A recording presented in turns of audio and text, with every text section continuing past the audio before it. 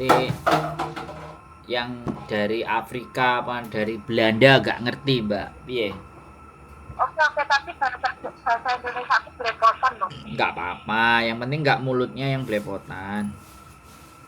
Yang penting Mas, gimana? itu loh, temenku kan kerja, udah dapat 1 tahun. Cuma kerjaannya itu kerja di toko 3. Terus masih masih apa?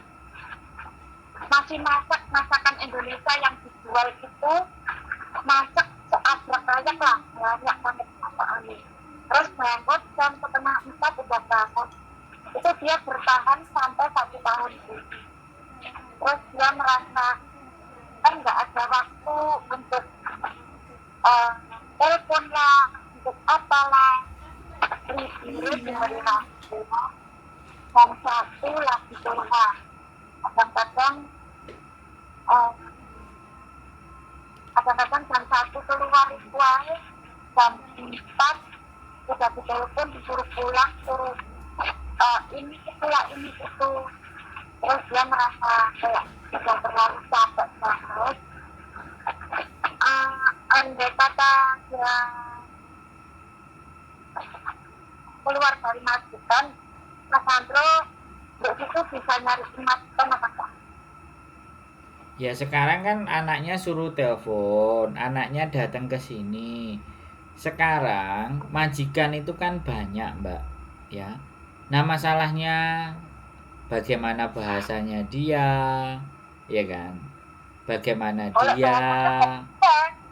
Masalah bahasanya mungkin masalah dia itu 10 tahun satu majikan di sini, terus bahasanya Hausen Mas. Masalah bahasa nggak usah khawatir, cuman dia nggak ada waktu untuk kemana-mana. Makanya minta tolong ke aku, suruh masakin. Terus dia bermasalah cari masakan itu kayak kesulitan gitu loh. Terus dia nggak mau pulang Indonesia, maunya bisa di apalah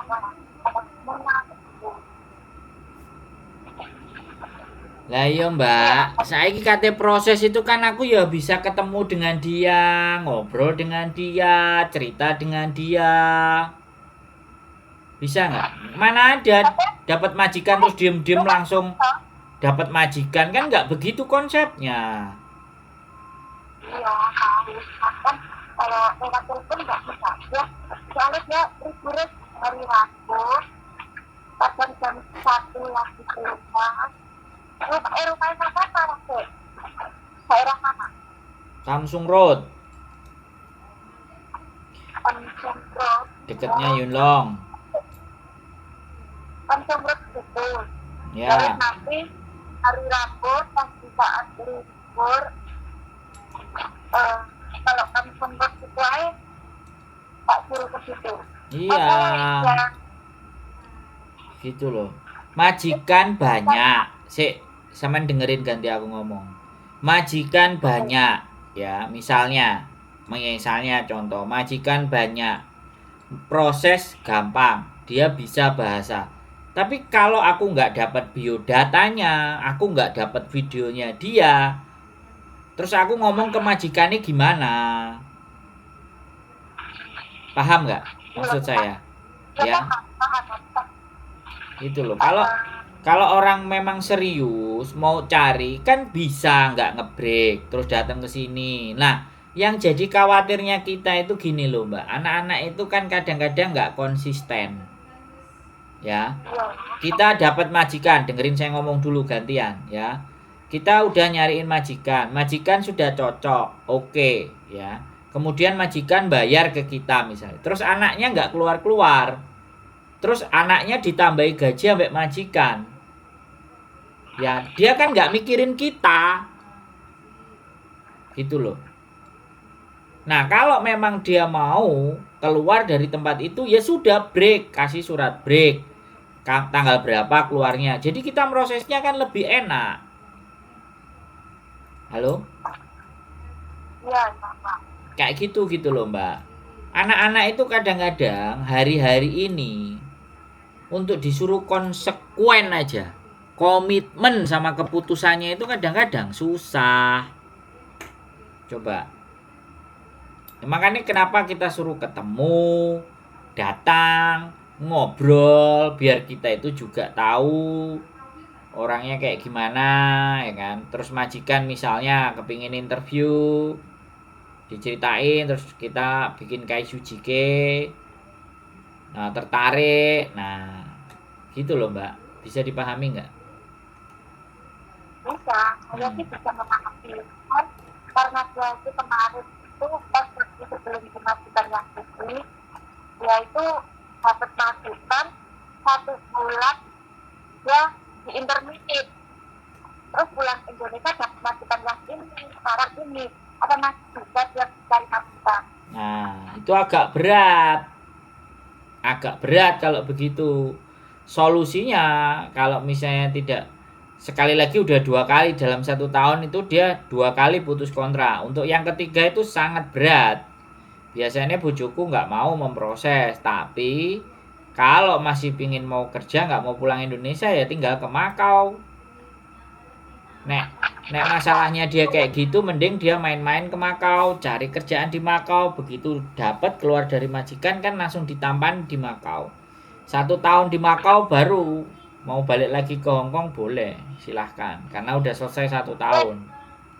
Besok hari Rabu kalau dia libur, saya sama dia cari rumah makan dulu, ngobrol dulu gimana solusinya, nemu solusi kemana kemana atau kirim makan dulu bisa proses ya alhamdulillah. Kalau Ya, maksudnya ngobrol dulu nanti gimana solusinya kedua ya betul,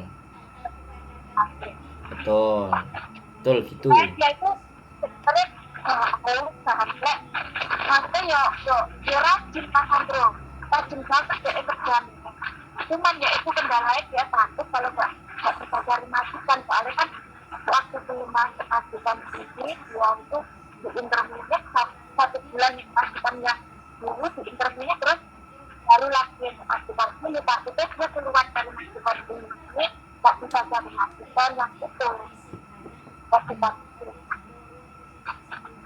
Nah, kalau masalah itu kan yang milih majikannya ya Mbak EDW. Aku kan ya nggak iso melok-melok toh. Karena itu kan sudah terjadi toh. Nah, makanya kan kita itu kan sekali lagi dalam jenenge kita mau proses itu kita berprosesnya dengan siapa, dengan bagaimana. Kan lebih enak kalau bisa mengenal orangnya yang memproses gitu loh. Gitu itu sendiri juga kayak gitu. Nah, Sebenarnya mau tak ajak jalan, mau tak ajak coba.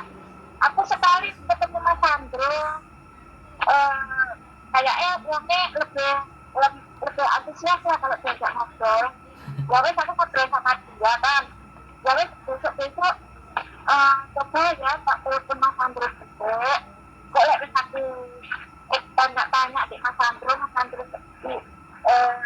kayak sama kayak solusi kok dia ceritanya kok wae mari ngobrol karo Mas Sandro kok terus nemoni Mas Sandro aku ketemu sampean pertama kali di Gimlan kan Mas Sandro.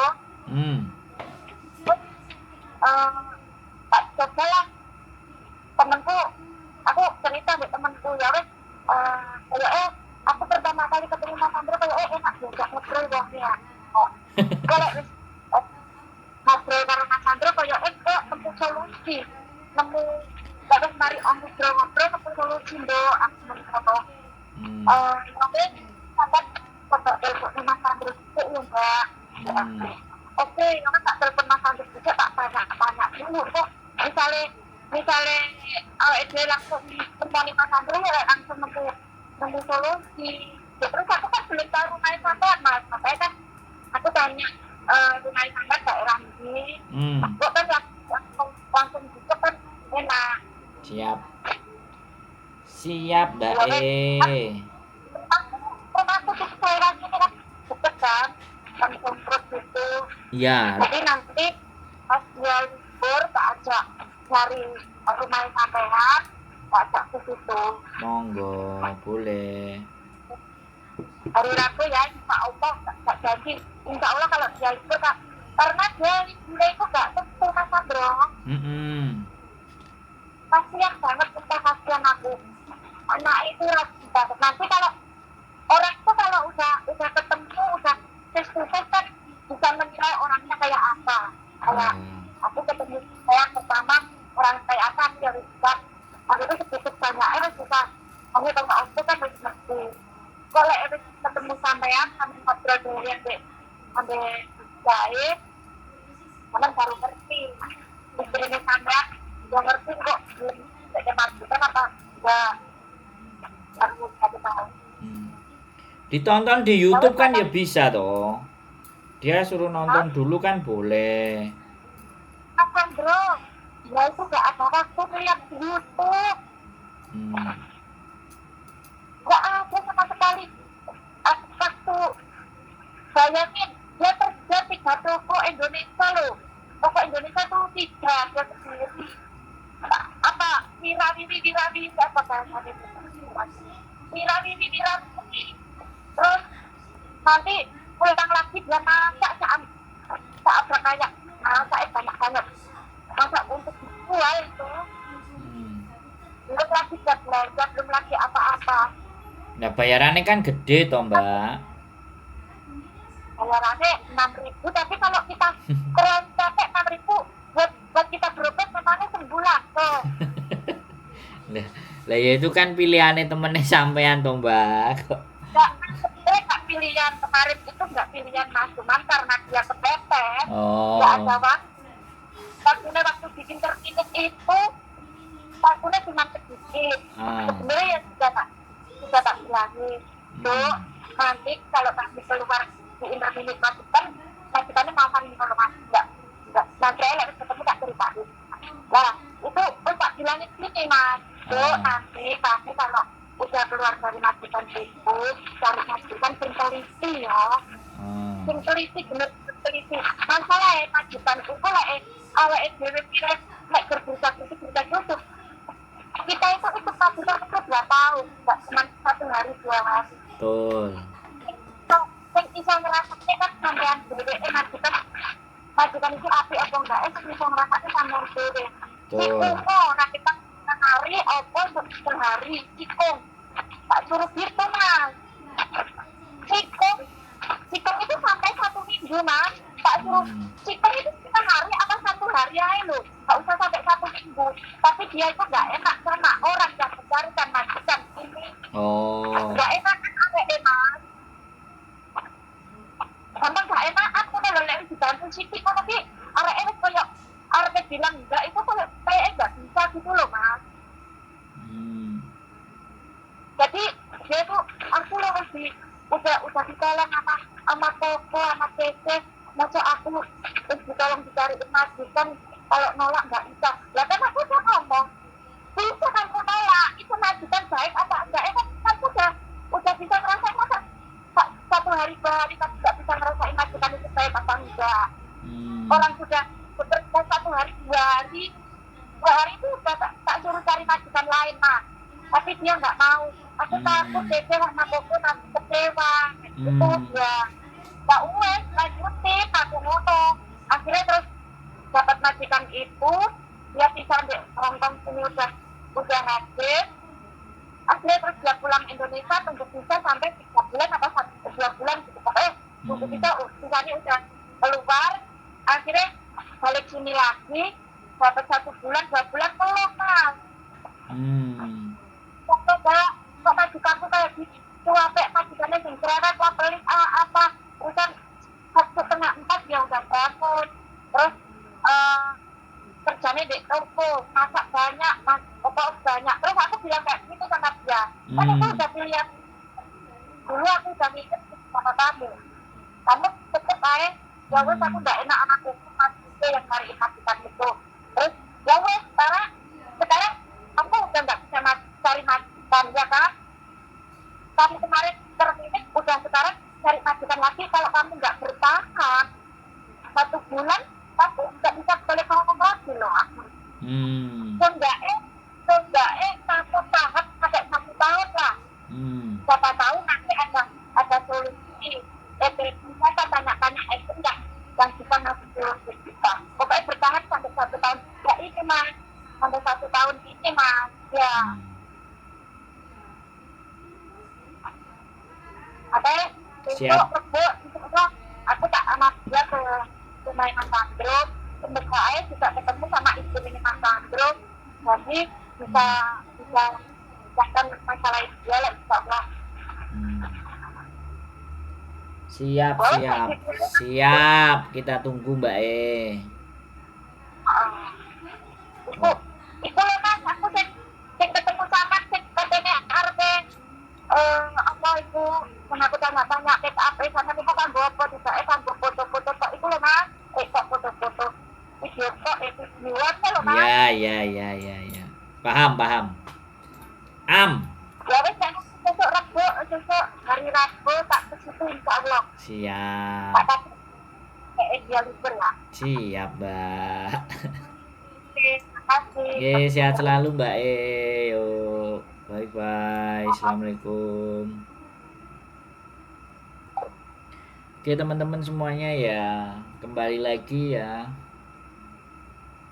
Banyak hal yang tidak bisa kita pahami kadang-kadang, tidak bisa kita mengerti ya, ke nasib dan kehidupan orang lain. Tapi satu hal menurut saya, selama kita masih punya nafas dan selama masih kita menggunakan akal dan cara berpikir kita, solusi itu pasti akan selalu ada. Tapi persoalannya, tidak semua solusi itu kita mau ya.